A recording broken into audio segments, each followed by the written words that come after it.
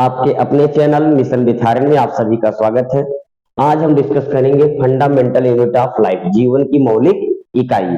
हमारे जीवन की जो यूनिट है, जो बेसिक यूनिट है, वह सेल क्यों है, क्यों सेल के बिना जीवन संभव नहीं है, आज इसके बारे में हम डिस्कस करेंगे। पूरे चैप्टर को अच्छे से हम पढ़ेंगे। आपको पार्ट 1, पार्ट 2, पार्ट 3 ऐसे ही करके पूरा वीडियो पूरे चैप्टर का हम प्रोवाइड कराएंगे। ठीक है, तो हम देखते हैं कि जो सेल होता है, ये सेल कैसे हमारे बॉडी को बनाया है, या हम कोई एक्टिविटी करते हैं तो सेल द्वारा ही क्यों संचालित होता है, इसके बारे में हम डिस्कस करते हैं। आइए देख लेते हैं। जैसे आप देखेंगे हम लोग के घरों में जब हमें मान लीजिए कोई घर बनाना होता है, कोई मकान बनाना होता है, तो हम लोग क्या करते हैं, हम लोग सीमेंट, बालू, ईंटें सब मंगाते हैं। तो जो दीवार बनाने का काम करता है वह ईंट करता है। तो ईंट कोई अलग चीज नहीं है, आप अच्छे से समझ सकते हैं। जो ईंट होते हैं, जैसे मान लेते हैं ये दीवार है, ठीक, एक सेकंड, ठीक है। छोटे छोटे ईंट होते हैं, छोटे छोटे क्या होते हैं, ईंट होते हैं, जिसको ब्रिक्स कहते हैं। ये जब आते हैं घरों पे तो हम उसको क्या बोलते हैं, केवल नॉर्मली ईंट बोलते हैं, ब्रिक्स बोलते हैं। लेकिन जब इस ईंट को अच्छे से दीवार में चुनवा दिया जाता है, मिस्त्री द्वारा अच्छे से इसको सेटअप कर दिया जाता है, तो इसी ईंट को हम क्या बोल देते हैं, इसी ईंट को हम दीवार बोल देते हैं। जबकि दीवार कुछ अलग से चीज नहीं है, वॉल कुछ अलग से नहीं है। एक group of bricks is known as wall. एक ईंटों का एक समूह है, बस एक डेफिनेट पैटर्न में सेट है, इसीलिए इसको हम क्या बोल दे रहे हैं, दीवार बोल दे रहे हैं। ठीक है। अच्छा, जब ये दीवार बन गया तो जब दीवार चारों ओर से, एक तरफ से, दूसरी तरफ से, तीसरी तरफ, चारों तरफ से जब दीवार बनेगा तो ऊपर छत पड़ेगा, तब उसको क्या बोल देंगे, रूम। यानी मेन रोल किसका है, ईंट का है। दीवार बना, दीवार से क्या बन जाएगा, रूम बन जाएंगे। क्या बन जाएंगे, रूम।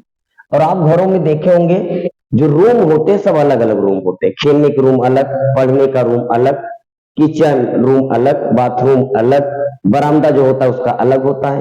पूरे को मिला के एक रूम सिस्टम कह सकते हैं, जिसको हम घर के नाम से जानते हैं। जो पूरा रूम मिलेगा, अलग अलग रूम अलग अलग फंक्शन करेंगे। ठीक है, सभी रूम का एक अपना अलग फंक्शन है, अलग कार्य है, उस रूम में वही विशेष कार्य करेंगे, तो उसे हम क्या कहेंगे, वो रूम सिस्टम। और पूरे को हम क्या बोल देंगे, होम बोल देंगे। क्या बोल देंगे, होम। जब हम एक रूम लेकर किराए पे रहते हैं तब उसको घर नहीं बोलते हैं, तो हम इतना बोलते हैं हमने एक रूम लिया है और रहते हैं, क्योंकि हम उसी रूम के दायरे में रह रहे हैं, उतना हमारा दिनचर्या बीत रहा है वहां पर। ठीक है। लेकिन घर स्पेसिफिक सभी रूमों का एक अपना विशेष कार्य हो, बाथरूम का, बरामदे का, खेलने वाले रूम का, पढ़ने वाले रूम का, तो उसे हम क्या बोल देंगे, रूम सिस्टम। और पूरे रूम को हम क्या बोलेंगे, घर। अगर इस घर को बनाने में मेन योगदान किसका है, तो ईंट का है। बालू सीमेंट ऑलरेडी इसको बाउंड करके रखते हैं। ठीक है, तो मेन रोल किसका है, ईंट का। हम आपको समझा रहे हैं, एक ईंट से जिस प्रकार घर बन जाता है, उसी प्रकार एक सेल से हमारी बॉडी का निर्माण हो जाता है। ठीक है, अब इसमें कैसे समझेंगे, मान लेते हैं एक इंसान आपके सामने, हमने एक बच्चे का यहाँ पे फिगर ड्रा किया है। अगर इसके स्किन को यहाँ निकाल के देखें तो इसके स्किन में यहाँ छोटे छोटे ऐसे सेल होते हैं, छोटे छोटे सेल होते हैं। ठीक है, ऐसे ही प्लांट होती है। अगर हम प्लांट की बात करें तो प्लांट में भी क्या होता है, ऐसे इसकी पत्तियों में ऐसे छोटे छोटे क्या होते हैं, सेल होते हैं, स्मॉल ऐसे सेल होते हैं। अगर हम एक सेल की बात करें निकाल के, तो प्लांट सेल ऐसे होता है। तो जो ये छोटे छोटे सेल हैं, ये पहले मिलकर आपस में क्या बनाते हैं, टिश्यू बनाते हैं, ऊतक बनाते हैं। तो कोशिकाएं मिलकर क्या बनाएंगी, ऊतक बना रही है, टिश्यू बना रही है। तो जो टिश्यू होता है वो एक विशेष कार्य करता है। ठीक है, tissue, a group of cell is known as tissue. इसको हम बोल देते हैं, उसको थोड़ा सा मॉडिफाई करके अगर आप बोलते हैं, the group of cell which perform a particular function is known as tissue. कोशिकाओं का ऐसा समूह जो एक विशेष कार्य कर रहा होता है, उसे हम क्या कहते हैं, ऊतक कहते हैं। ठीक है, तो आप जैसे आंख के अंदर पाई जाने वाली कोशिकाएं देखने में काम कर रही हैं, कान की कोशिकाएं सुनने का काम कर रही हैं। तो जो ये सब विशेष प्रकार की कोशिकाएं जो सुनने में विशेष कार्य कर रही हैं, उन पूरी कोशिकाओं को हम क्या कहेंगे, टिश्यू कहेंगे।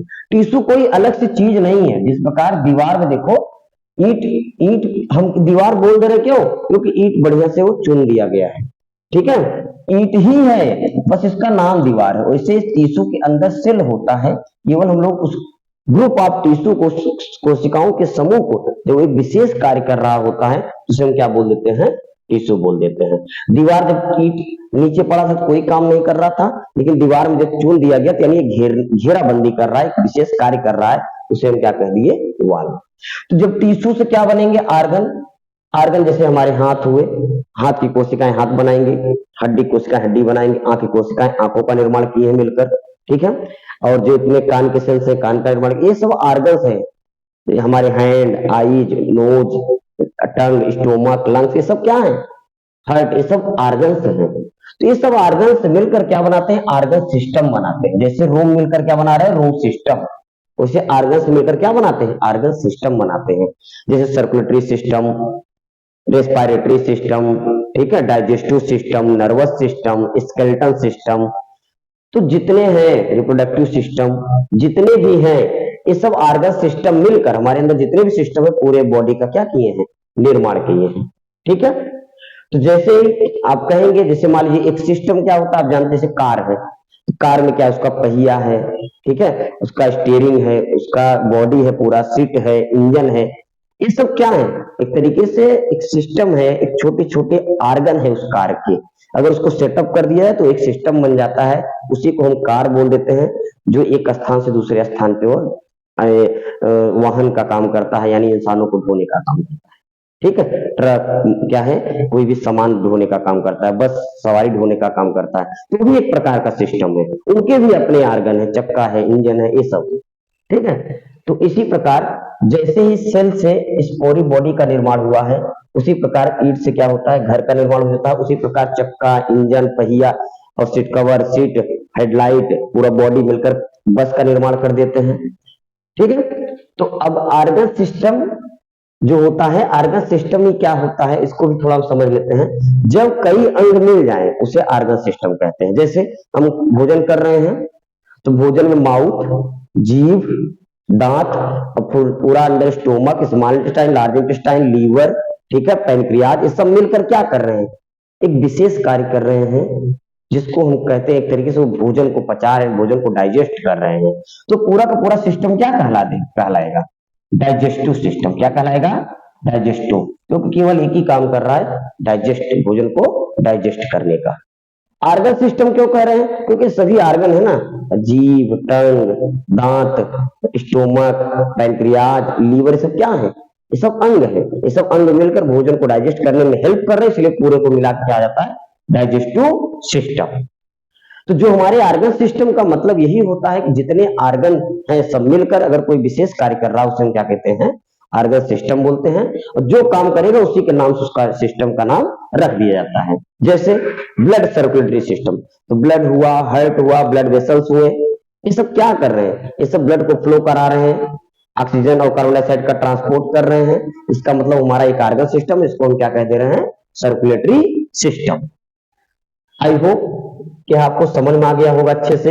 इस सेल क्या होता है, जिस प्रकार ईंट एक घर का निर्माण कर देता है, उसी प्रकार सेल क्या करता है, बॉडी का निर्माण करता है, यानी स्ट्रक्चरल फंक्शन, स्ट्रक्चरल काम कर रहा है।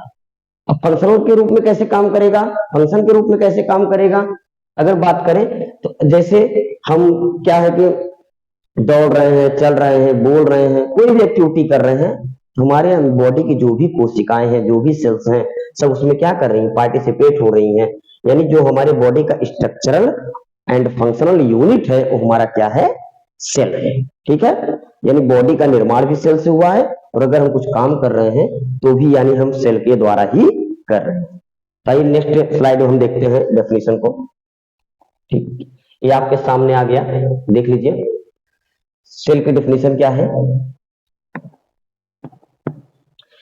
The basic structural and functional unit of life is called cell.